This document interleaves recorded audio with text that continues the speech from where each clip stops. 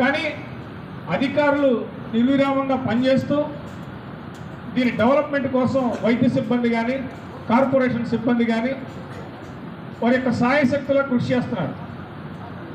లోపం ఎక్కడుంది అని నేను ఒక ఎంప్లాయీ రిప్రజెంటేటివ్గా మరియు లోకల్ కమిటీలో కానీ హాస్పిటల్ కమిటీలో కానీ రాష్ట్రం ఒక ఆంధ్రప్రదేశే కాదు తెలంగాణ ప్రాంతానికి కూడా నేను ప్రాతినిధ్యం చూస్తూ ఉంటాను కాబట్టి శ్రీ చైతన్య గ్రూప్ ఆఫ్ ఇన్స్టిట్యూషన్స్కి అన్ని జిల్లాల్లో కూడా నేను కూలంకషంగా ప్రతి ఒక్క డిస్పెన్సరీ పరిధిలో ఉన్నటువంటివి కానీ ఎస్ఆర్ఓ పరిధిలో ఉన్నటువంటి అన్ని యొక్క ఎంప్లాయీస్ బాధలన్నీ దగ్గరగా చూశాను.